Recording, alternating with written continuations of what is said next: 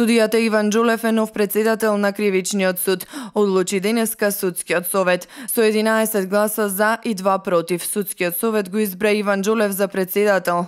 Џулев има 8 години и 11 месеци стаж како судија.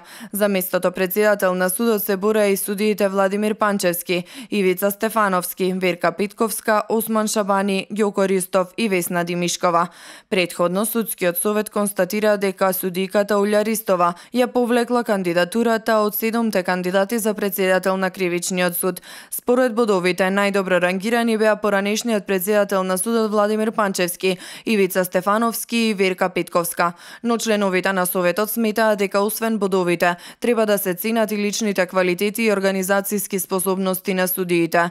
Владко Самарџиски како член на советот рече дека од сите кандидати добил уверување дека приоритет мора да бидат меѓучовечките односи во судот и годишниот распоред на судии во Кривичниот суд. На денешната седница на судскиот совет беше констатирана и оставката на веде председателот на Скопскиот кривичен суд Стојанче Рибарев, кој како што беше речено на седницата оставката ја поднел поради здравствени причини.